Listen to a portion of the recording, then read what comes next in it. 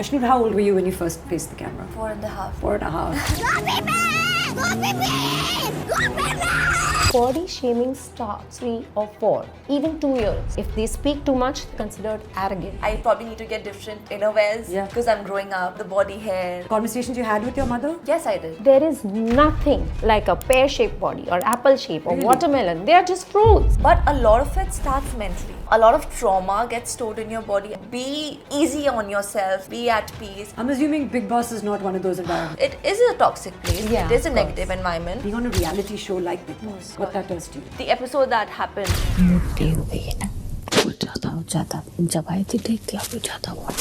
the audacity of the people inside the house, no matter how good looking they are, they still feel that they are not good enough. Yeah, absolutely. And that's so sad. Within first 5 to 7 seconds, when a person enters a room, a first impression is already being formed. I literally tried everything. Starving myself to being on water diet, keto, this workout, that workout, trillions of trainers, nothing worked for me. Until I actually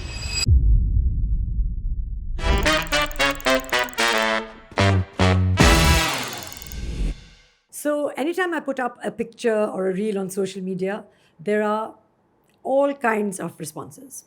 Some people are kind and they compliment you. Some say thoughtful things that feel nice. But there are a few comments that are not most considerate. They do not look at the person, they look at the body. They look at your face, they look at your weight, they look at your clothes, your age. And what fascinates me is how quickly we just reduce a human being to how they look in one frame. And so body positivity for me isn't about pretending that comments don't hurt or forcing yourself to feel confident all the time. It's actually about just recognizing how deeply those judgments affect our self-worth and ask, how can we be kinder to ourselves, to each other, and that is what today's conversation is about. Hello and welcome to All About Her, a space where we have honest and meaningful conversations about women's health, wellness, happiness, and self-care. And today we're going to be discussing body positivity. We have two incredible guests joining us today. Our first guest, well, she has grown up in front of the camera, becoming a familiar face to millions at a very young age. Beyond acting, we of course recently saw her in Bigg Boss. She's faced challenges, body shaming, bullying, and she's spoken about it, I think, with supreme honesty and a lot of courage. Her journey isn't just about being in the industry, but it's also just about showing resilience, having self-worth, and learning to stand tall in spaces that try to shrink you. Please welcome actor Ashnoor Kaur. Thank you so much for having me. Thank you for being here. And I'm very excited that we have a second guest who really is going to tell us something that I know little about learning confidence. She believes confidence isn't just something that you say, it's something people see and something that people feel. As a confidence and an image coach, she's worked with over 5,000 individuals, helping them align their appearance, communication, and presence to show up with clarity and with impact. So please welcome Shalini Rathod. Thank you, Soha. Thank you, Ashnoor. Thank you, guys. I think that this conversation, we haven't really thought about specific questions because a lot of it will come from the both of you and your personal journeys. But I think that it's key to everyone's personality, having confidence, where that comes from, what shakes it, and how you make yourself strong in the face of challenges that people throw at you. And because this show is called All About Her, I genuinely feel that women, it's not like it's more difficult, but it's different to be a woman. Right. And especially a woman in the media. And especially to be a girl in the media and then to become a woman as the world watches you. Right. I feel like that comes with a whole new gamut of challenges. Yeah. And I thought maybe we can explore that today. The idea is for any girl watching, for any woman watching, to draw inspiration from you and also from you because this is your line of work where you've helped so many people. Yes. So I thought firstly I'll just ask you, Ashnoor, to start off with how your relationship is with your body today and how that might have changed over the few years that you've been around, because I've just read that you were born only a few years ago, in 2004. Yes. Still, I feel like you have seen and accomplished so much. But today, how is your relationship with your body? I guess today it's like that of a parent with his child. Yeah. Because, even though I love my body as much, and I really try and protect it Yeah. in every way possible, but also I would kind of get it back on track wherever I feel I'm kind of deviating, because I feel through these years I've kind of figured out what's working for my body, what's not, and I also do know where I can probably slip off a little. Yeah. So whenever I realize that I'm doing that, like a strict parent, I would come and put it back in place. But then there are also times when I'm feeling low, or probably my body needs something, and I would give it that to kind of make it feel better. Yeah. So it's definitely changed. I've had a journey of not liking my body at all to now loving myself as I am, and I'm still in the process of learning how to love myself. Yeah. But that's how the relationship I think is that's right now. such a wonderful way of putting it. It certainly appeals to me as a parent also, who sometimes slips up, but my intentions are always good. Right. And I think that idea that you want to protect your body and to speak to your body and to be in tune with your body. We've had a couple of podcasts on wellness here, and a lot of the doctors, also said that sometimes speaking to your body, and some people who've been patients of diseases also say that they really felt when they had a connection and they spoke to their body almost like it was a friend or a person or a child in your case, it works and your body listens to you and responds to you. So I think that's a really lovely way of putting it. I wanted to ask you, Shalini, who comes to you firstly? Like, what are the kinds of people who come to you and what do they come to you for? Most of the times, it's women Yes. more than men who are looking for validation and who are so suppressed and they feel so underconfident because of the pressures of society, like you said, body shaming and the relation that you have with your body, and eventually that culminates into something toxic, a toxic relation with your mindset set as well. Right. So that is when those kind of people who are housewives, middle-aged women, or women, those who have big dreams and aspirations, but they just can't. Right. They don't have the confidence. And are they coming to you? It takes a lot of courage, I think, also to be able to identify that you need help. And there's certain things that you can have that communication with your body and find the courage to make certain changes in your lifestyle, or also acceptance. But there's some people who feel that, okay, I need some external help. So what helps them to make that switch, to come to a professional? Honestly, what I have seen so far is that women are aware. They are already aware. They know that this is my weak point. It's just that they have been conditioned in such a way that to take this step needs courage, as you rightly said, but it's not difficult. Right. What is difficult is how to apply in your day-to-day life. Right. Whatever the tips or the sessions that we have, they get it, they understand, they make notes, but to follow it and to apply very much easily and confidently, and to make that inherent as your second nature. Yes. That is something they need to deal with, and initially it is tough. Rome wasn't built in a day, but gradually once they do, you just need to take that first step and everything falls in place. Ashnoor, how old were you when you first faced the camera? 4.5. 4.5. I think Kunal, of course, my husband has also been a child actor. I think he was about 7 or 8, I think. And he's also grown up in front of people. So even when people approach him now, they say, oh, you're that boy from Hum Hai Pyar Ke. It's you. And it's tough sometimes when you want to be, when you're an adult actor. And people have that image of you still as a girl. Correct. And I think especially because of the changes that we face when we go through adolescence and puberty and things like that, when that happens, it usually happens away from cameras. Now, of course, there are things like girls in school who have to deal with growing up and people develop at different paces. And everybody has an opinion on that. Correct. And, you want to belong with your friends. You want to have the same things happening so you can have the same conversations. And these are things I am anticipating happening with my 8-year-old now. And now puberty is happening at the age of 10 and 11 and much earlier. So I wanted to ask you, for you, when you felt your body changing, were you aware?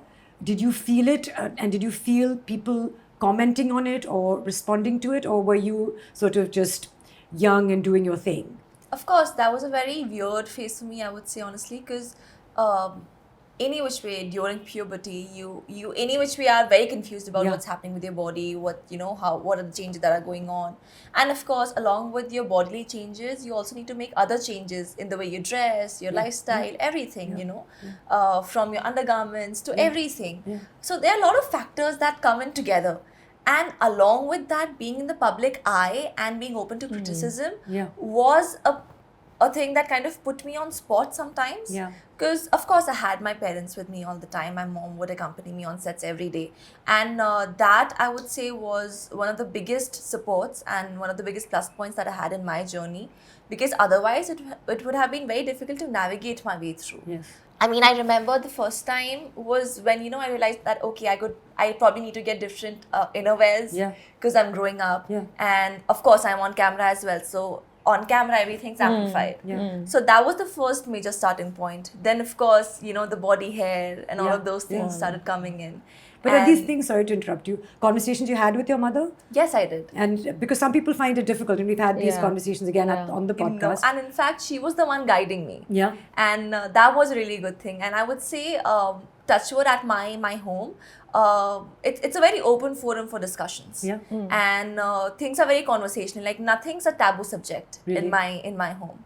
So I guess that's kind of helped me to be confident about my body and to kind of also adapt with the changes that were happening to me. So that was the journey that I had. There's so many things. I think because we're talking about parents and how fundamental parents are in just shaping our personalities. And that age, I've been told, I've forgotten what it is, maybe between the age of 3 and 7, apparently your personality gets formed only. And how you respond and how you behave, the things that we say, wittingly, unwittingly to our children, how we shut them down if they ask a question and you're like, how can you ask that question? Or don't speak about the subject, the fear, all those things.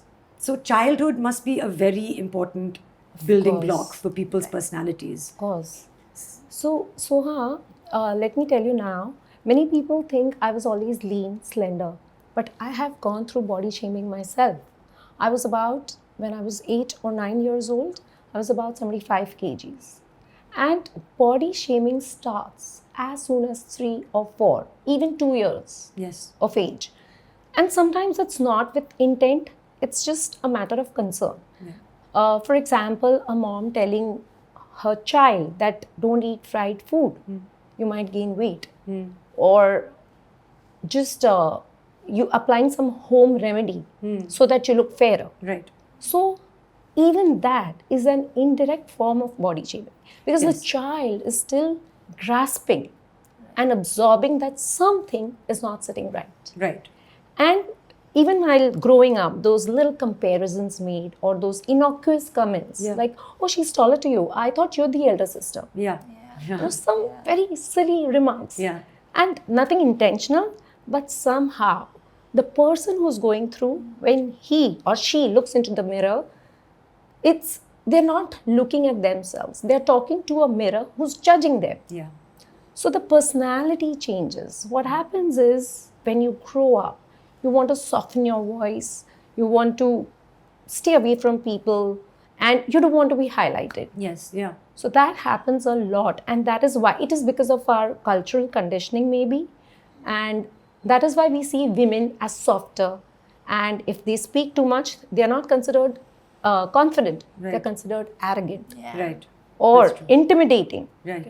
But they are just expressing themselves, being unapologetic. So that's not wrong, but it's our mindset. It's the conditioning. It's the conditioning. Just to add up to what you said, I mean, you very rightly mentioned that, you try to kind of shrink into your shell. Like, so I have my dad's body structure and, I have broad shoulders. So there was a point wherein, body shaming got to a level wherein I thought probably I'm taking too much space. So I started having rounded shoulders. Really? So you actually shrink in on yourself. And that happens very subconsciously. You don't realize that. And my mom pointed out, why are you walking hunched? You put your shoulders back, walk straight. And even when I would sit, and because again, I'm tall as well. So, if there's someone sitting besides me who's probably short or whatever, and I would just sit. And mom was like, what are you doing? You don't need to do these things. So that happens. And of course, like, especially in our society, the fact that very casually people would just, give you nicknames on the basis of your parents. Chotu, Motu. That also makes a lot of difference. It does. No, you feel labelled. And You feel labelled, And exactly. then you want to fight that also, because nobody likes to be put into a box. Correct. You're Nobody evolving likes all to the be time. judged. But I wanted to ask you, luckily, fortunately, the people immediately around you who loved you were saying the right things and being positive and reaffirming. I feel like a lot of people may not have that. So that for you anyway was an asset. But the other voices, when I was growing up, of course, social media didn't exist. Today, social media is very prevalent. But even neighbors, aunts and uncles, well-meaning, but the comments. And I feel like it's not just being plus size. Girls who are on a slimmer side also. It's just commenting on someone's appearance. My daughter, for example, is taught in school not to comment on people's appearances at all in general. good. You focus on someone's heart, on their personality. You Their compliment them traits. on how kind they are to others, and things like that. So I'm happy that the educational system now is perhaps Is evolving. and appreciating that. But for you growing up, did some of those comments make you feel a certain way? Did it hurt you in some way? Did it make you feel, like you said, you were hunching your shoulders and things like that? But how did you cope with that as a young girl? I guess it was a tough and a long journey for me Yeah. because it didn't come immediately. Yeah. Body shaming as a thing or body positivity as a thing back then was not that big of a deal. No. Like it's the fact that for the past 3-4 years now that it's being highlighted even more. Yes. But back then, because I was also in this profession, and unfortunately or fortunately, this profession of ours demands us to look a certain way, because you always look at least 7-8 kgs more than what you are on screen. we can And work of with course, you know that. So I remember I was locked for a project, and she's like, we love it and everything and this and that. She just needs to lose a little bit of the body weight. And I was like, okay. And that's when mom, dad also kind of got a little this thing that, okay, we need to do this, we need to do that. And I remember I had a party to go to, and I didn't go to that because, she just called and she was like, you need to do this. And we all got so kind of affected by it. And so this thing that, okay, we need to do this, that, we need to get that right. That I didn't end up going to the party. And it was one of my close friends' party. Yeah. But that happens, because... No, I know people today also, they won't go out if they don't feel And that happened with me. Like, there was a point wherein I wouldn't even wear sleeveless. And I would get so conscious of my body that I would cancel plans with my friends and not go out. Because I think I don't look good enough. Yeah. So it plays a very big factor psychologically, especially when you're growing up. Yes. But then eventually with time... Yeah, please. Sorry. No, go on. No, I was just saying that eventually with time, when I realized how my body works or, what's actually wrong with it, there was some hormonal issues because I literally tried everything. From starving myself to being on water diets to this, keto, this workout, that workout, trillions of trainers, nothing worked for me until I actually just sat down with my body, realized what's going on, and just started being a little kinder towards it. Yeah. I want to come to you after a certain question to Shalini about that, the challenges. Yes. Because I feel like everyone's body type is different. Yeah. And we should not all just be copy-paste. Correct. And that mujhe aise dikhna hai, mujhe aise kapde pehne Yeah. hai. I myself have certain things perhaps told to me by my mother, who said, you have bow legs and you should not wear an outfit of a certain hem line. And I thought this is somebody who, and of course is someone who loves me and has an aesthetic eye. And as a result of that, I've never worn, like you will never see me wear anything above the knee. And now I feel like, okay, but it's okay. And I think maybe the times have also changed. And perhaps we are becoming more accepting of difference. Yes. And I will ask you that in terms of a work, whether it's still a focus on beauty or talent. But first I thought I'd ask you about this inner dialogue. How women respond to it and the fact that you have this relationship with your body and you talk to your body. So how does that work? Okay, something that I've realized over the years is your horoscope does not predict your day. Your outfit does, or your appearance does. Now just imagine you are sitting in a suit with your shoulders tall, or you're wearing a dress or a outfit that makes you feel comfortable or beautiful or wow, or you're wearing those heels which makes you feel the floor is my runway. Okay, and now the flip side, if you're wearing something that is not you, so suddenly what happens is your shoulders droop. You don't want to be clicked in a group photo. You want to retract yourself. You want to blend in. You don't want to be the under the spotlight. Right. Correct? So that is when your internal dialogue has already begun. Right. Your confidence either grows or diminishes. So your, like you said, how you think about yourself or how you speak to your body or what your body perceives always starts with your inner dialogue, and that sets the vibe of the day. Right. So I would say it is your dressing, appearance, clothing, grooming, everything put together, which gives you that confidence boost and which predicts your day. So what should we be saying to ourselves every morning? Every morning when we were doing this course, when I was also new to this topic, we were told there is nothing like a pear-shaped body or apple-shaped or Really? watermelon. They are just fruits. It's another way to look at it. Yeah, because you have certain body types. It could be triangular, it could be reverse triangle, it could be rectangular. However, they are just variations. Yeah. Nothing is perfect.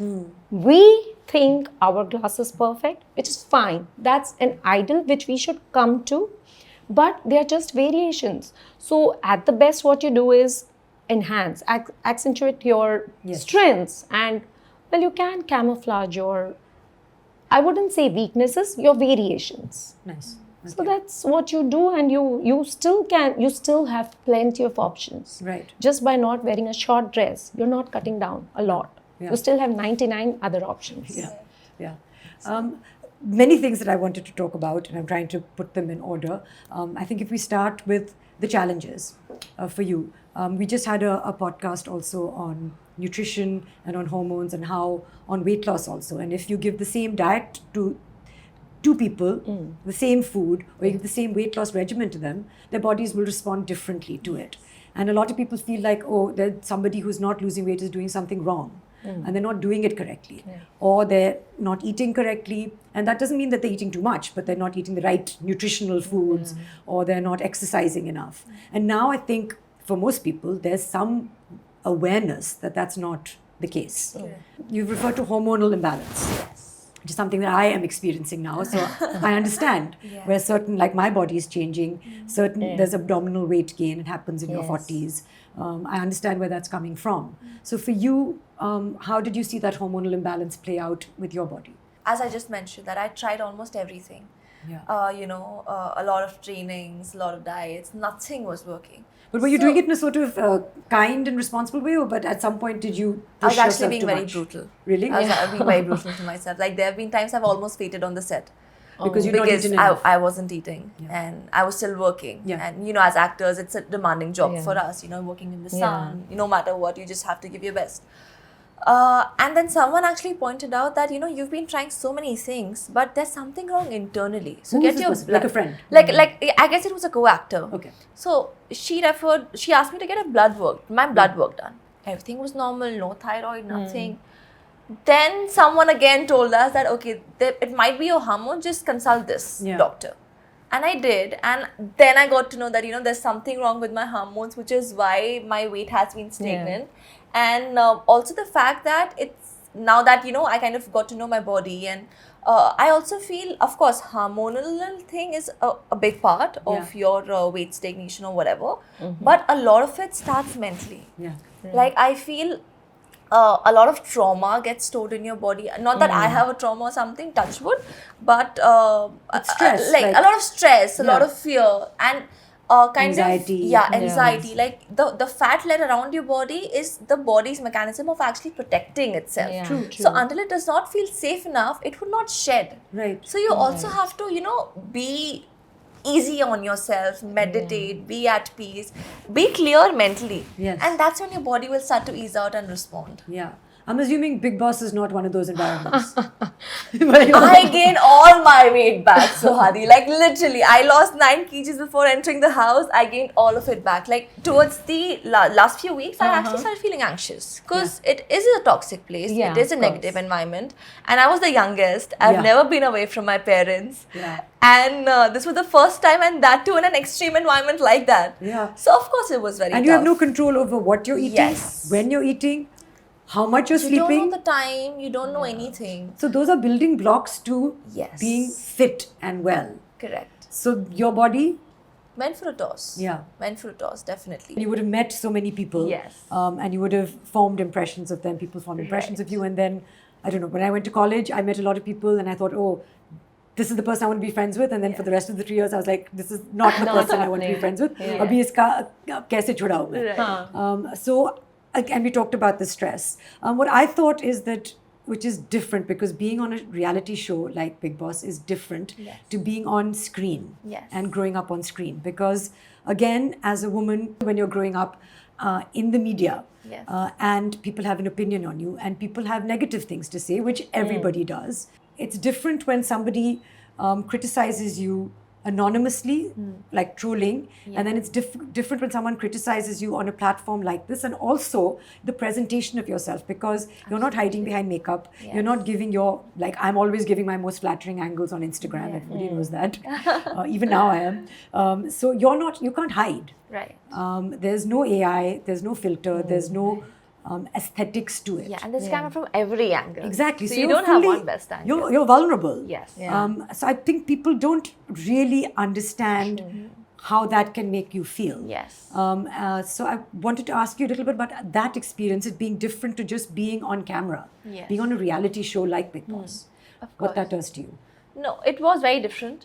Because as you rightly mentioned, you don't really know what's going out. Yeah. And you can't even see, like a lot of times as actors also, we see our shot, okay, this can be better. And then you make those changes. So you're literally clueless about how you're being looked at, how you're being presented, what can go wrong, what can go right. And on top of that, there's literally a camera everywhere. Yeah. And people are seeing you 360. Yeah. So sounds terrifying to me. so kind of trying to get used to that was a little difficult. And at some point you just forget. At some point you let go. Like as actors, you can never not see the camera. Yeah. But then you do kind of ease out on that fact. But then I feel the episode that happened, the audacity of the people inside the house to point out something like that was vicious, if I might say at the least. Because, we were also discussing like a while ago as to how everybody reacts differently. Some people kind of shrink down in stress, some people bloat up. I bloat up. I guess at that point, again, as I mentioned, I did not know how am I being looked at outside. So you start questioning yourself. The first time that you realized people are saying these things about you was in the weekend cover? Was the weekend cover. So that's the first time you become aware. That was the first time, yeah. And your reaction at that point is, I didn't know that these people were saying these things? Yes. Exactly, and the funny part being that just a few days before that, I'd opened up to one of my closest friends in the house, Abhishek, about my journey, and we were just talking about random things, and I told him about I've gone through this, and just don't ever. He just said something very jokingly in a very fun way, and we were just discussing about that, and I was like, these things that they really affect me. Yeah. And he was like, oh no, absolutely, and you're so fit, and we used to work out together and all of those things. And cut to a few days later, this thing pops up at the weekend cover and just comes as a shock to me. And even he realizes, because we just had that conversation a few days ago as to how this has been a very big part of my life. And it's taken a lot for me to kind of get over it. So I don't want to get back into that zone. And the minute all of those things happen, you start getting those flashes again. You get back in time. And I didn't want to react because, of course, you're at a national platform and I didn't want to be weak either. Yeah. Because I felt it's not just about me, but it's about all those people watching me who are kind of going through something similar. Yeah. And I had to kind of voice out my journey for them. Yeah. Because I kind of somewhat realized that I am lucky that I have people in my life who are supportive of me in my immediate circle, but not everyone does. And not everyone has that sense of self-worth as well, that your worth is not defined by how you look or how your body is. So to kind of make them feel not alone or for them to not feel like they're the only one going through something like that, I opened up about my journey in that episode. And when I came out, I realized that I had messages from not just women, but from men, from people of different age groups, from an old auntie to a young kid who's going through something like that. Yeah. In some regions, it's very normalized. It's like, हाँ ठीक है, है तो बोलेंगे, that sorts, and that is wrong. Yeah. And to kind of, I felt so connected to those people that I did something with a certain thought but it impacted so many others Oh, absolutely. that now when I came out, I also kind of was like, let's create a safe space. So I kind of started an Instagram page also. It's called That's Gentle Gentle on on Me. Me, Oh, yeah. Yes. nice. So it's just a page about being kind on yourself first. We always talk about kindness, but we always often forget self-love and being kind to Kind to ourselves. yourself. So that's just a safe space for body positivity, being kind, self-love. But I think it was such a wonderful thing that you Yeah. did in that moment. You could have perhaps dealt with it differently, especially in a high pressure environment. But the dignity and the positivity and the knowledge that what you're saying could have an impact on so many people, I think was wonderful. Thank you. Another moment that was emotional for me was certainly when your father came on and he also said some things. Yes. Obviously you didn't know that was going to happen, and what was that moment like for you? It was the best days, Yeah. the best day for Emotional. me in the Bigg Boss house. I've always been a dad's girl. Like in my childhood, if somebody would ask mom, your daughter, I would be like, no, dad's daughter. Wow. So- As a mother, I'm not so sure. But now I love both of them equally. But yeah, I mean, of course, I had gone through that Yeah. one particular weekend cover. And of course, the days after that were also not very kind to me. Yeah.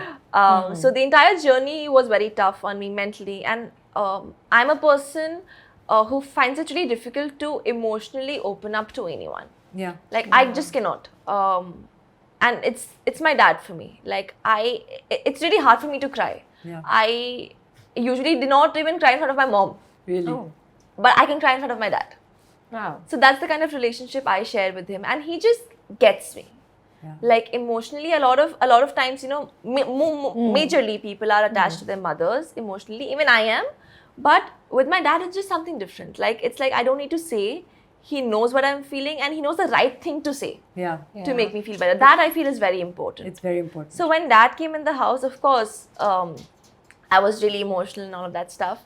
And the way he dealt with the situation, because of course there are people right in front of him who've attacked hurt me, you. who've hurt me. Yeah. Yet handling it with the dignity that he did. And I guess probably that's where even I get it from, to kind of how to handle situations. And the fact that he was just there, and he was just like, you don't need to change yourself, or you don't need to let their comments affect you. Yeah. Because somewhere or the other, it stems from their insecurities. Because they feel they are behind you or below you, so they would try to pull you down to Yes. their level and try to attack your insecurities, whether they exist or they don't exist. But they Right. would try to seed that in your mind. Right. Right. So that was a very emotional moment for me. Yeah. And of course, coming from my dad, someone whom I'm so attached to, Yeah. and of course he's sitting right in front of me and In your eyeline. in my eyeliner, and he's on set with me after so many years. I guess it was a very wholesome Yeah, moment. I think it's lovely, and it's such a testament also to your father, because everybody knows that girls are close to their fathers, Yes. but typically, especially I think in our culture in India, Yes. girls don't open up so much with their Yeah. fathers. The emotional conversations are had with the mothers, Yes. and there's a little bit of a sense Hesitation, of yeah. hesitation, or like this is my father, and like certain things, and especially crying, and they may not be as patient Yeah. or as sensitive or know how to deal with someone. I guess you my know, mom is gonna kill me if I say this, but my dad's a better listener than her. he can hear me yap about the same thing time and over again, and he would not complain a single time. But those are great things, because these Yes. are again Yeah. qualities that typically one doesn't associate with Yeah. men as much as we Yes. do with women, and that's why I think it's wonderful that we have role models Yes. or people like that who are Yes. just defying those traditional, conventional norms. Correct. And again, as you know, I was also very close to my father, but it was a slightly like I would have the emotional conversations with my mother. And I think that if that is changing, Yes. and if we have more people like your father raising more girls like you, who Yes. will then continue to spread the messages that you're spreading in the way that you are, it's only going to make the world a better Absolutely. place. So when I was, like I said, 8 or 9 years, and I somehow managed to touch 75 kgs, and people used to start comparing me and my sister, who was lean, me and my cousin, who was also very slender. Yeah. And I would just be dressed in skirts all the time, because skirts would hide my lower body. And I would, as a result, the shaming got so intense and my own perception about me got so worse that I would not go out of the house for days. And for me to attend a social event was like a big task. My mother would it would be a punishment for me. Right. And I would not eat just to show that I don't eat. Right. Just to show that, because I had that guilt connection with food. Right. To the point that when I finished my schooling and I was in my college, I started to crash diet so much that I got severe, immense hair loss, Yeah. falling in clumps. Clumps as in there were patches on my head. That bad. And I had shrunk, of course. I lost because I was starving. So, of course, I lost a lot of weight, but at the cost of another issue coming up. So, it was like a vicious cycle. Now, I was focusing on my hair. And then I started getting those acne, which I never had. But that brief phase. And I remember mine was an arranged marriage. So I remember my nanny telling my mom that why is she going through all this? Sometimes it's this, sometimes you're going to the dermat, sometimes how will you get a nice boy? And these things just got Played on into your me. mind. And then I decided, I didn't decide, I was too young, I was just 18 or 19. I was not even working, I was at the verge of finishing my college and I got so busy with my designing, with my courses. Thankfully, I got so busy that I didn't have time to pay attention to this. And again, as my mindset shifted, I sought pleasure in my grades, my projects. And when that happened, I slowly and gradually came to normalcy, but it was a journey of about 5 to 7 years. Yes. Yeah. So I always say it's not food, Correct. it's your thinking. And your thinking, your body listens to you. Yeah. It obeys to your instructions. So give them the right ones. Yeah. Right. Social media. And I can ask both of you the same question in terms of whether you feel that when it comes to issues like acceptance, our body types, on the one hand, you have filters and AI and slimming apps Yeah. and things, and people don't know what to believe and what not to believe, and that's out there. And that is affecting young children. I'm saying a lot of them are not aware that these are manufactured images. And a lot of them are impressionable minds who are under the age of 18 and 16. And that's why a lot of people are saying you should not be on social media unless your brain is ready for it. And on the other hand, you have all this wonderful narrative and dialogue and conversation about how you should be authentic. So what are your thoughts on social media when it comes to these Of issues? course, it's a gray area. Yeah. Back when I was a teenager, like a few years ago. Yesterday. No, I'm 21 now. But yeah, influencers about body positivity are emerging now. But even when I was like 13, 14, 15, when I was going through the body image issues, we didn't really realize what to believe, what to not. Because social media was kind of glorified lies. Yeah. And it's just, it's something that's very unachievable. Like these unrealistic beauty standards that are set up on social media. And at the tender age, as you rightly mentioned, your minds are impressionable and you kind of subconsciously start comparing yourself. And that's where the insecurity stems from. Yeah. Would you do that? Not now. No. But when you were Back then younger, I did. yeah. Back then I did, which was again one of the major factors of me kind of getting into, oh, I don't like myself. I don't like how I look.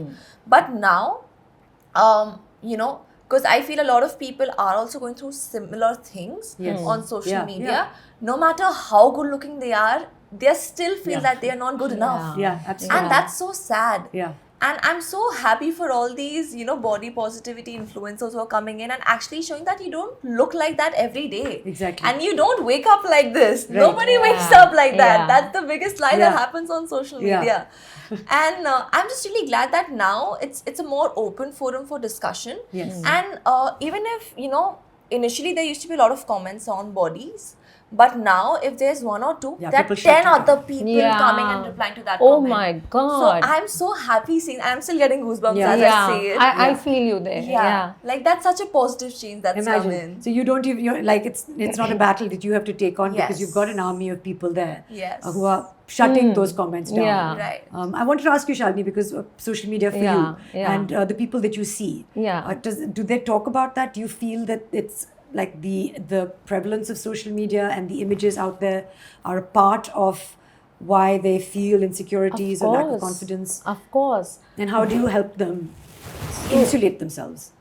Yes. Now that is a question. It is very tough, and eventually it's in one got to fight his or her own battle. Yeah. Now they don't understand that they are looking at their raw picture Yeah. and comparing it with someone's high definition AI generated image. Yeah. And that too after loads of makeup and styling and all that. So these are very unrealistic standards. Right. And to be honest, even those images or those people, those who are there, who are set as beauty idols, they also might be having some flaws. Yes. Okay, but they very smartly conceal them. Yes. So you got to follow the same. Yeah. So it is very difficult to insulate them. However, all we can do is try to show the reality, talk about it, and be a platform where they can actually express freely, take some insights home. But even today, when I'm talking about some tips or hacks that I'm giving for a particular topic, I also get comments on how I am. But ma'am, aapne to aaj baal straight rakhe hain. Yeah. But this color is looking little off on you, don't you think so? Right. So I am trying to teach them something. You're Right. not taking that, but you're focusing on something else. So you are not actually here to take the education that is offered to you. That's true. I want to ask you a little bit more about the education, especially because you referred Yeah. to body language and things Yeah. like that. But before that, I just, because I just saw Stranger Things also. No. And, there's some actors who've grown up Yeah. again. Yeah. They've done seasons of something and we've watched them grow. Yeah. So whether it is, I think it was Millie Bobby Brown, you have Selena Gomez, of course, who's been a child. Even in India, people like Avneet Kaur or Jannat Zubair, who have grown up and people have commented on how Yeah. they've grown up. And I don't know why people feel like they have a sense of ownership over Yeah. you as a result of that. Yeah. Again, as I said, so for you, when that happened, that transition happened, for again people watching, how does one deal with that? So I guess there are two sides to it, the professional front and the personal front. Yeah. The professional front being that people don't really want to accept that their favorite child actor has grown up. Yeah. So I literally had to take a 3-year break from my acting career. Yes. I took a 3-year break for my college because I also wanted to enjoy my college life and kind of live a normal life eventually. But then also for people to forget the child image of me and then accept me as a grown-up individual. Because even if, the time's passing and you're growing up, we would grow up too. Yeah. We can't remain the child actors that we were once. Yeah. And then coming to the personal front, of course, things get very different. Yeah. Because as a child, you're treated differently. There's a certain thing that's expected out of you, but when you grow up, all of that turns around. Yeah. And all of it changes. So kind of to adapt to that was difficult, was different for me, because also as a grown-up individual, I cannot have my parents accompanying me on set. Okay. So again, Even to if you kind want of- them to, Yeah, yeah. even if I want them to. But then to kind of figure that out, that okay, I'm on my own and I'm a grown-up individual and I need to present myself a certain way. There are certain things that are expected out of me. Yeah. So to kind of navigate through all of that, it takes time. But then I think the first thing that you have to do is just cancel out the outside noise. Yeah. And a lot of it comes from social media as well. Yes. Like I've blocked people left, right, center. It's very empowering. I've put in word filters, probably certain words that I don't want in my comments. And I openly accept that, I have done these things to kind of block out the negativity. Yeah. Some people might say, oh, you're not open to criticism. It's not criticism. No. It's actually toxicity. Self-protection. And it is self-protection, Yeah. as you rightly mentioned. And you cannot have me stressed out on my own phone. Absolutely. Like, I need to protect my own Yeah. peace, Yeah. That's it. I used to also be like, oh, let people talk, freedom of speech, jo kuch kehna hai Yes. kaho, as long as you're not hurting me. Correct. And then I realized the power of blocking. Yes. And again, as you said, the language. Correct. And I think that's really empowering to be able to do. And those are now tools that I'm implementing to protect my mental well-being. Right. I wanted to come to now the tools that we can use Yeah. as women. Yeah. So for example, you said that when a woman walks into a room, immediately an impression is made. Yeah. The body language says a lot. A lot. Apparently. Yeah. How you sit and how you do. Yeah, yeah. So I find that fascinating. So tell me about body Yeah. language. Yeah. I find it fascinating that there's certain things, that when we are feeling a lack of confidence Yeah. or insecure, our body acts in a certain way. And if we want to present an appearance, even if we're faking it, of being confident when you walk into a room, because a lot of our professions and a lot of life is about just the image that you portray. And then sometimes when you portray that image consistently, you actually start to feel it as well. Correct. So how does one achieve that? The first signs of a nervous body language is, for example, if I'm going for an interview and obviously I have nerves and I'm feeling those nerves and I'm feeling anxious, starting to fidget or tap your foot constantly, or you keep on Playing with your hair. Playing with I your thought that was when hair. you're flirting with someone. No, No, there's a difference. You're true. That's right. So when you show your ears a lot, that is flirting. But you're constantly doing this.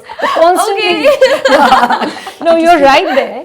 But when you're constantly pushing your hair, adjusting your specs and adjusting your clothes, that shows you're nervous. So that extra rush of adrenaline is used through these movements. Right. That extra You're energy, burning that you're energy. burning that energy. So you're not able to contain that energy. You're not able That's to contain. So somehow, subconsciously, you are relieving yourself from that excess of energy that is building inside. So you start doing all that, you droop, and then you sometimes just keep on shaking and rocking.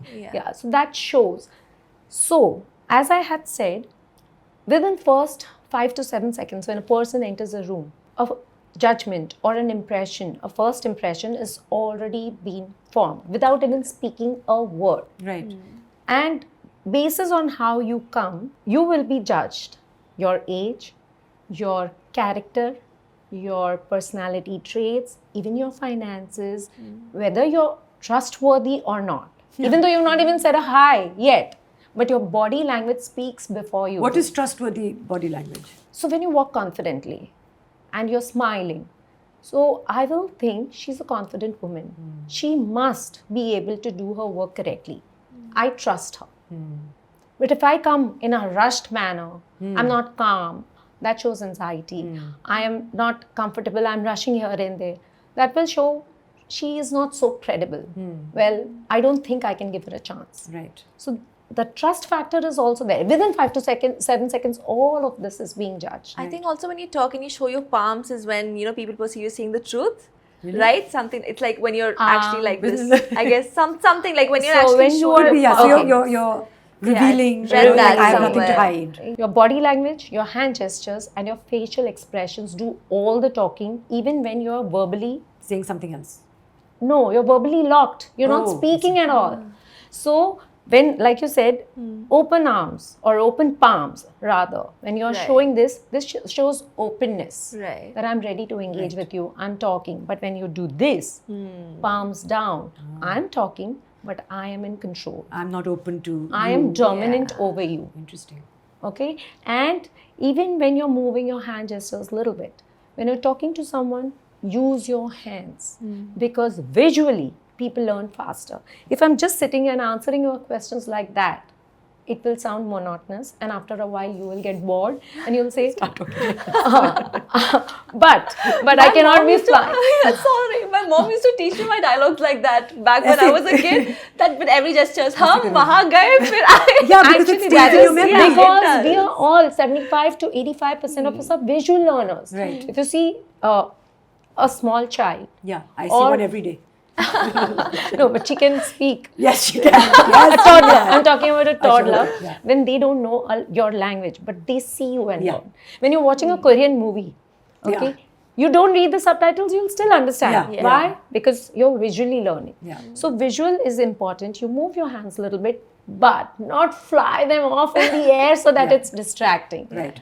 So your palms and the way you sit or do this or keep your finger, everything shows to the point that one can make out whether that person is lying or not.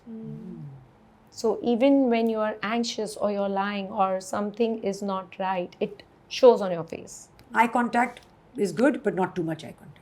Eye contact is definitely one of the things that staring. builds a bond, but not like staring. That is intimidating. Yeah. But always maintain eye contact. Okay. And the best thing I tell everybody to do is just look at the left eye for 2 or 3 seconds or the bridge of the nose. Look, then shift your gaze a little bit, come back. Right. So you are constantly maintaining that warm eye contact without making that other person feel creepy. Uncomfortable. Yeah, so eye contact is important, hand gestures is important, listen actively, engage, nod, smile, lean in. When someone's asking a question, Don't lean pick up in. your phone and start scrolling. Oh my God, that's like That's a the sin. That's worst. sacrilege. Yeah, that's worse. Yeah. No, but lean in. A little leaning in Yeah. shows that I am interested. And believe me, people are waiting to talk. Yes. Yeah. One Yes. wants to be True, heard at all times. So a little leaning in, soft nodding at times builds a great connection. Great connection. Are you good in social situations, like when you go to a party and you meet a lot of people for the first time, like Yes, I initiating conversation? I am. Like, I don't initiate a lot of conversations, but I'm good. Yeah. That, like, I can socialize. Now hold your people own. want to initiate with you. Yeah, exactly. I'm sure. That's really sweet of you. No, but again, I mean, I really read energies. I feel like so it really depends. Like if someone's a little snobbish and it would be like, okay, Yeah. I'm this, that, Yeah, then then I you're would like, probably it's okay, not I approach. don't need to, But yeah. if there's someone who's probably close because he or she's not feeling comfortable, I would probably go and kind of make that person Right, feel feel comfortable. Or feel confident. Yeah. Shalini, I wanted to ask you also Yeah. a little bit about power dressing. Because I think that's a hugely important part Yes. of just your image. That, as well as how you would speak to somebody who is Correct. going through Right. a moment in their life which is a setback for them. Correct. Power dressing, generally, people assume that power dressing means wearing blazers or wearing big brands or designer labels, expensive clothes, so that you look powerful. Yes. It's just the opposite. Power dressing is something that makes you powerful in that moment, depending upon your role or the occasion. Right. Is it appropriate? Are you feeling authentic in it? Are you feeling attractive? Now just imagine here for this podcast, I'm wearing a white blazer. Blazer suit. What if I was wearing a Mickey Mouse orange t-shirt with ripped jeans and those sneakers? That would also be okay. That would be okay because it's podcast. Yeah. But if I am in an official environment, Right.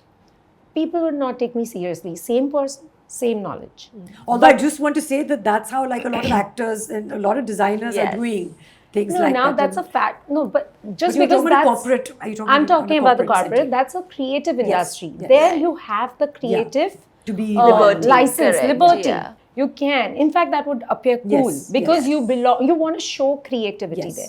But if I'm talking about corporate, I don't want to show. I want to show credibility. Yes. So there, if I'm going as a Mickey Mouse with a Mickey Mouse T-shirt on with sneakers and those ripped jeans, Right. I will not be taken seriously. Right. Versus, I come in a blazer, a pink blazer and jeans. My authority or credibility slightly goes up in your minds. Same person, same knowledge. Now, if I come in a black suit, pantsuit, again, I look like a CEO level person. So actually what is power dressing is what you want to convey in that moment. Whether I'm going for a movie and I want to be taken as a fun, light-hearted person, I'm going to be to a party and I want to be seen as a cool, romantic, soft person, or I'm going to give a presentation in an office and I want to look like I'm authoritative yet approachable but credible. Right. So your communication starts with your clothes, and that is called power dressing. Right. And there was a reference to beauty. And beauty is, of course, a very Indeed, important ingredient in our industry. We can't deny that. Yeah. I'd like to think that now perhaps there's some more diversity and inclusivity, but I wanted to ask you, Ashnoor, if you feel that still the number one criteria for an actor or a personality on screen is how they look, or is it slowly more about, or has it always been more about talent and other things? Your looks do still play a major role. I believe that, of course, there has been diversity. There has been a delusion in beauty just being the major factor as well. Yeah. With the advert of, the artistic films that we have. If we kind of shift away from the commercial films, or probably if there's a commercial film with a different storyline. Yeah. Say, for example, if you're doing a Dam Laga Ke Haisha or a Tumhari Sulu or something like that. Yeah. But if you're looking at mainstream commercial films, of course, you there is more inclusivity now than it was before, but there is a certain way you have to look. There is a certain way that the lead actor needs to be presented, and I would say I can't even blame them, because at the end of the day, it's a business. It's a commercial industry that caters to the masses. Until the masses don't change their way of looking at beauty, and until and unless they always say beauty lies in the eyes of the beholder. Yeah. I guess you're wired in a way to think that, okay, a certain way only looks beautiful. Yeah. So that will what will appeal to you. Right. And that's when you'll go and buy the ticket and watch the movie. And that's when the makers will kind of get business out of it. Right. So until the audience does not change their way of looking at people, their way of looking at beauty per se, nothing really changes. Yeah, and it's a bit of a cycle also, because you see something on screen and it's presented in such a way with lights and fashion designers and everyone backing it, and of course it looks very attractive. Now people of course are going a step ahead, and there's cosmetic surgery and all kinds of things to achieve a standardized interpretation of what beautiful is, and then people look at that. But if we were also to portray diversity on screen, then people would also say, okay, this could also be beautiful, and this is also beautiful. And I guess that's slowly happening as well. Like with a lot of movies coming in, Yeah. and a lot of different faces coming in, different types of bodies coming in, it is slowly and eventually gradually changing. happening. But talking about your industry, of course, beauty standards are set and Yes.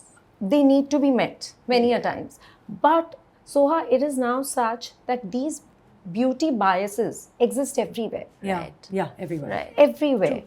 So there is a very interesting study that I read some time back, that even the criminals who are attractive, who are good looking, get their sentences with a little lesser degree of severity. Even children in school, attractive babies or attractive kids, get more attention from teachers. And this beauty It's how our bias, brains are wired.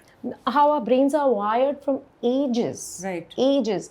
And beauty bias between men and women still exists. How much ever modern we become in our thinking, progressive thinking. But still there is some bias even with men, between men and women. Yeah. And that is still prevalent everywhere. I mean, I think it's true. I think that much as we would like to say that it's not true, if we look at it, it probably does exist. I also do feel the pressure is always more on the woman to be attractive, and the man doesn't have to be typically so attractive. And then the idea of how much you weigh being so linked to being attractive. Yes. We had a conversation on Ozempic and Mounjaro just last week. And over there, our expert was an endocrinologist, Dr. Mittal. He's written a book, and he said that at some point, being full-bodied was attractive. Because there was a shortage of food. Yes. And the more you ate, it was a sign of your social status. Correct. And then at some point in the 19th century, before realizing that being overweight is not healthy, somebody decided being overweight is not attractive. And that is still what is pushing people to lose weight. Not that it's going to make you healthier, but that's according to them, whoever they are, that it is more attractive. Started off as a trend, but now it's become like a mandate. Yes. But that link, I think, between weight and beauty, do you feel that needs to, I mean, I'm assuming you both are going to say yes, because I certainly do, that needs to break. 100%. Of course. I feel there have been beauty icons in the past, say Marilyn Monroe. She wasn't a zero figure. No, she had a voluptuous full body, and it was very attractive. Yeah. So I guess people need to start, not linking both of these things together, because everybody's beautiful Even in our their own way. Bollywood actresses in the past, they Yes. were all full bodied Yes. and they looked so attractive. Correct. Yeah. I think there was a brief size zero, Yes. and luckily it was brief.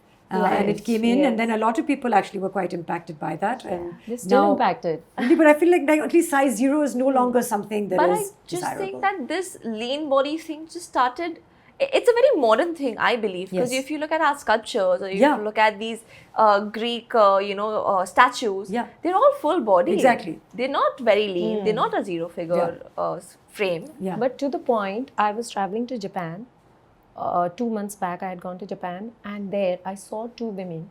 I made friends with them, we were chatting. So I asked, why aren't you eating? Are you also vegan or something? So she said, I have 3 times tofu. That's my meal, because I want to maintain my 42 kgs. But I was quite taken aback. I said, that's not even healthy. Don't you think that is underweight? Is that okay medically? She said, my doctor's there to monitor. If it goes under 42, he helps me get back. But 42 is what I'd like to maintain. And I said, even kids are more than that. Yeah. So that much of weight and beauty are interlinked that it's become a mania. It's become some kind of a... Sometimes you go psycho about it. Do you think that might change in I soon? hope so. I certainly hope so. I think it will change because now that awareness is there and we've seen so many incidents happen because of starving, because of influencers starving and these heart attacks at young age, Yes. because of food. We've seen so many and awareness is growing, I would say that. As we come to the end of this, I just thought I would ask you, Shalini, some Yeah. daily, perhaps some micro habits that women could practice. My favorite part. Is it? Because I feel like tips are very important for Yes. people. They're things that Yeah. you can hold on to. So just some things that people who are perhaps are watching, Yeah. thinking about confident body language, for example. I'll give you a simple thing. To look powerful, follow power. P, posture. Your shoulders relaxed but spine erect, chin parallel to the ground. I'm just changing. Because after a while we start stooping, Yeah. we slouch. Yeah. So posture. Second is of stillness. Be calm. Yeah. Don't have that rushed energy. And don't try to move your hands and your body movement so fast that you look rushed. That just shows anxiety. When you are still, you show calmness and people want to listen to you. Third is W, warm eye contact. Always maintain a nice eye contact with people. Don't just look down, don't just look left and right. But when you maintain a contact, you're building a bond. And that forms a good first impression. And first impressions are very important because a first impression made unforgivingly, they can never be changed. Never. Then comes Don't E. say never. I feel like Almost never. It takes Never a say lot never. of effort. A lot of effort to change that. Then comes E, which means engage. Listen to people. Nod. Smile. Power lean. Just lean. That brings more engagement. Back and forth conversation because it's always a two-way street.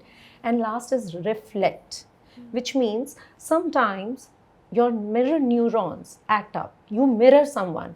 A little bit of posture imitation or a head tilt just to show that you're on the same level, same wavelength.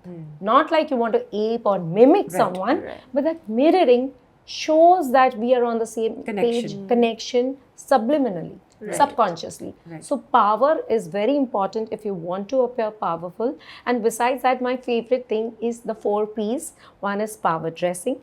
The other one is power gaze, how you look. Right. The third is power lean. I just told you because leaning in shows engagement. And the fourth is power pose. The way you sit and the way you stand tall is your power pose. Yeah, lovely. Lovely. I think these are good things to remember. Confidence for you, Ashnoor. Yes. How has it changed from when you were 15 to now? It's changed drastically. When I was 15, I would try to shrink myself. Yeah. I was not confident. Now I feel that, you know, the only person, if at all you had to compare yourself, has to be the person in the mirror. Yeah. Has to be who you looked at yesterday. And you just try to be the better version of yourself. Yeah. So I feel confidence comes from within and Yeah, it starts from your own mind. You know, I think that it's absolutely right. What I think that both of you have in spades is a self-awareness and confidence, and the fact that you could draw your validation from other things, not just how you looked or how much you weighed. I feel also the courage to speak about phases in your life where you're vulnerable. I think even if people understand that if you go through something as drastic as you went through, you know, that will come and that's okay. Life is not always going to be amazing for everyone. And that you can get through that with the right support system, whether it's your family, whether it's your grades and academia, whatever it is that gives you that motivation. Even therapy, even counseling, And anything counseling. that works. Yeah. Yeah. And I think the right thing is to know and ask for help when you need it. But what I really feel, fortunately or unfortunately, are the images we see on screen continue to shape us. And that's why I think it's wonderful when we have people like you, Ashnoor, speak and share when you don't need to. Yes. You're not required to. You can Yeah. protect yourself. Yes. And there's no need for you to have that conversation with anyone except for your father, if that's how you wanted it. But the fact that you push yourself to do that means the world to so many young girls out there. So thank you for having that conversation. Thank you for doing the wonderful work that you do, Shalini. Thank you so much. A closing question, just if confidence had one definition that you wish women truly understood, Shalini, what would you want that? For me, many people think that confidence is only being beautiful. So I would say that when you're wearing a dress, let not the dress be the focal point, but you. When you're wearing makeup, let not your makeup outshine your personality. So your confidence is your presence. Rest, everything is external. So work on your image externally and then internally. Yeah. Which goes hand in hand. Any final words for anyone who's watching who's having some crisis of confidence? I would just say that you are you and that's your power, because I guess the very thought that no one else on this world, on this planet Earth can be you. Yeah. And that's such a beautiful thing because you're unique in your own ways. So just embrace yourself and own up to your quirks. Yeah, lovely. I love that. That's Yeah. lovely. Thank you both so much for being here today Thank and you, having Soha. what I think is a conversation that's difficult to pin down into what we're Yes. talking about, Yeah. but I think it's so intrinsic to just who we are as Correct. people. So thank you for sharing. Thank you Pleasure so to much. be here. Thank you for having us. Thank you. I think today's conversation was really a reminder, for me certainly, that our bodies are not problems to be fixed, but they are homes that we live in. And confidence doesn't come from meeting a certain standard or fitting into someone else's idea of perfection. It begins when we stop seeking permission to exist just exactly as we are. The way we dress, the way we speak and carry ourselves, they become powerful only when that comes from self-acceptance rather than self-judgment. And if there's one thing to take away from this episode, it's this. You don't have to change who you are to be worthy of respect, space, or confidence. I want to thank Ashnoor again for just being so honest and for her strength. And I want to thank Shalini for reminding us that confidence actually can also be learned. It can be practiced and it can be truly, truly owned. This was all about her. And until next time, please do be kind to yourself and show up fully. Until next time, stay informed, stay healthy, and we will see you in the next episode.